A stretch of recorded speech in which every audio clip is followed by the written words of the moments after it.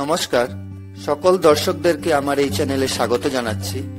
এই চ্যানেলের মুখ্য উদ্দেশ্য হলো দর্শকদেরকে হোমিওপ্যাথি চিকিৎসা পদ্ধতি সম্পর্কে ধারণা দেওয়া, যাহা রোগ নিরাময়ের ক্ষেত্রে বর্তমান সময়ে বিশ্বজুড়ে ব্যাপকভাবে ব্যবহার হচ্ছে। দর্শকদেরকে অনুরোধ করছি যে আপনারা যেন ভিডিওটি স্কিপ না করে সম্পূর্ণ ভিডিওটি দেখেন, কারণ এই চ্যানেলে হোমিও ঔষধ পরিচয়ের নামে প্লেলিস্টে দেওয়া ভিডিওগুলির মাধ্যমে আমি প্রসিদ্ধ হোমিও ঔষধ সমূহের সাথে আপনাদেরকে পরিচয় করিয়ে দেওয়ার চেষ্টা। আজকের ভিডিওটিতে যে ঔষধটি নিয়ে আলোচনা করব সেটি হলো ইউরেনিয়াম নাইট্রিকাম।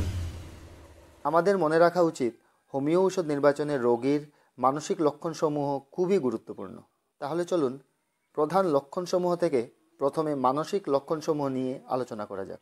চলুন জেনে নেই কিরূপ প্রকৃতির রোগীর ক্ষেত্রে বা একটি রোগীর কোন কোন লক্ষণসমূহের উপর ভিত্তি করে ইউরেনিয়াম নাইট্রিকাম হোমিও ঔষধটিকে প্রয়োগ করা যেতে পারে।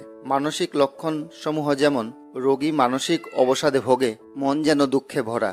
অন্যান্য লক্ষণসমূহ যেমন মাথা নিস্তেজ, মাথা ভারী ভারী অনুভব হয়, মাথা ব্যথা, নাসারন্ধ্রে কালশিটের অনুভূতি, অতিরিক্ত তৃষ্ণা ইউরেনিয়াম নাইট্রিকাম রোগীর মধ্যে দেখতে পাওয়া যায়। বমি বমি ভাব, অসহ্য ক্ষুধা, পেট ফাঁপা, পেটের পাইলোরিক অঞ্চলে বিরক্তিকর ব্যথা, প্রস্রাবের অসংযমতা, ডায়াবেটিস অর্থাৎ ইউরেনিয়াম নাইট্রিকাম রোগী মধুমেহ রোগে ভোগে। খুব অ্যাসিডযুক্ত প্রস্রাবের সাথে মূত্রনালীতে জ্বালা জ্বালা ভাব। ইউরেনিয়াম নাইট্রিকাম রোগী প্রস্রাব আটকে রাখতে পারে না। পুরুষত্বহীনতা, রোগীর অঙ্গ প্রত্যঙ্গ ঠান্ডা হয়ে পড়ে। গ্যাস্ট্রিক এবং ডুওডেনাল আলসারে রোগী ভোগে। পেটে জ্বলন্ত ব্যথা, তাহার সাথে পেট ফুলে গেছে এরূপ অনুভূতি ইত্যাদি লক্ষণসমূহ যদি রোগীর মধ্যে দেখতে পাওয়া যায়, তাহলে রোগে ইউরেনিয়াম নাইট্রিকাম ঔষধটি প্রয়োগ করে নিশ্চয়ই ভালো ফল পাওয়া যেতে পারে।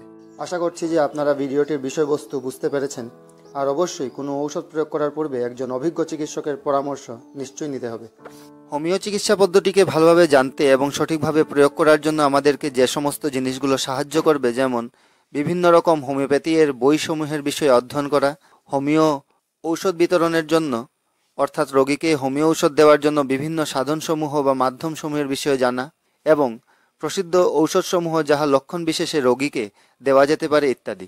বিভিন্ন বইসমূহ, প্রসিদ্ধ ঔষধসমূহ এবং রোগীকে ঔষধ দেওয়ার জন্য বিভিন্ন মাধ্যমসমূহের লিঙ্ক আমি ভিডিও ডেসক্রিপশনে দিয়ে দিয়েছি। আপনারা চাইলে লিঙ্কে ক্লিক করে জিনিসগুলো দেখতে পারেন এবং প্রয়োজনে লিঙ্কে ক্লিক করে তাহা কিনে নিতেও পারেন।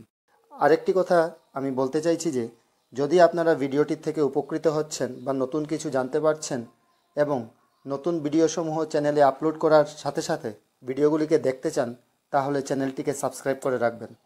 আজকের জন্য এতটুকুই। ধন্যবাদ। ভালো থাকুন, সুস্থ থাকুন।